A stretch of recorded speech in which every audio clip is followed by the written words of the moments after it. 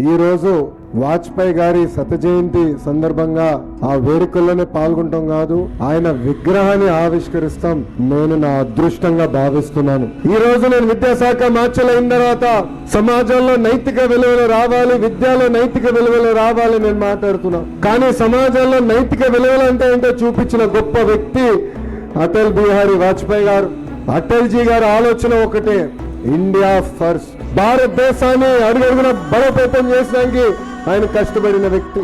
ఆయన ప్రధానమంత్రిగా ఉన్నప్పుడు అనేక సంక్షోభాలు ఎదుర్కొన్నారు, కానీ ఆయన ఏనాడు అదే పడలేదు. కలిసికట్టుగా ముందరికెళ్దామని చెప్పిన గొప్ప వ్యక్తి అటల్ బిహారీ వాజ్పేయి గారు. ఇప్పుడు అటల్ బిహారీ వాజ్పేయి గారు ఎంచుకున్న మార్గంలోనే మన ప్రధాని నరేంద్ర మోడీ గారు కూడా ముందరికి నడుస్తున్నారు. నాకు అటల్ జీ గారిని కలిసే అవకాశం దక్కలేదు. అటల్ జీ గారి గురించి చంద్రబాబు నాయుడు గారి దగ్గర నుంచి తెలుసుకున్న వ్యక్తి.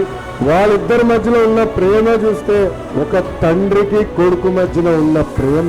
ఆనాడు ఒక ముఖ్యమంత్రిగా ఢిల్లీకి వెళ్తే కొడుకు వస్తే ఎంత సంతోషం పడతాడు ఒక తండ్రి, అలా అటల్ బిహారీ వాజ్పేయి గారు చంద్రబాబు నాయుడు గారు చూసి ఆనందపడ్డేవారు, కౌగులించుకునేవారు. ఇప్పుడు మాట్లాడుతున్న డబుల్ ఇంజిన్ సర్కార్ 1998లోనే ఆంధ్ర రాష్ట్రానికి డబుల్ ఇంజిన్ సర్కార్ ఏర్పడింది. ఈ రోజు హైదరాబాద్ ఇంత అభివృద్ధి చెందిందంటే దానికి కారణం ఇక్కడ ఉన్న అటల్ జీ గారు. బాబు గారు ఒక్క కోరిక కోరారు, ఐఎస్బి కావాలంటే కలిసికట్టుగా తీసుకొచ్చారు. ఇన్సూరెన్స్ కి సంబంధించిన రెగ్యులేటరీ ఏజెన్సీని ముంబైలో కాదు హైదరాబాద్ లో కావాలని కోరితే అటల్ బిహారీ వాజ్పేయి గారు శాంక్షన్ చేశారు. ఆనాడు ఆఫ్రో ఏషియన్ గేమ్స్ హైదరాబాద్ లో మేము నిర్వహిస్తామంటే నిర్వహించండి, కావాల్సిన ఇన్ఫ్రాస్ట్రక్చర్ కి నిధులు కూడా కేటాయించిన వ్యక్తి అటల్ బిహారీ వాజ్పేయి గారు.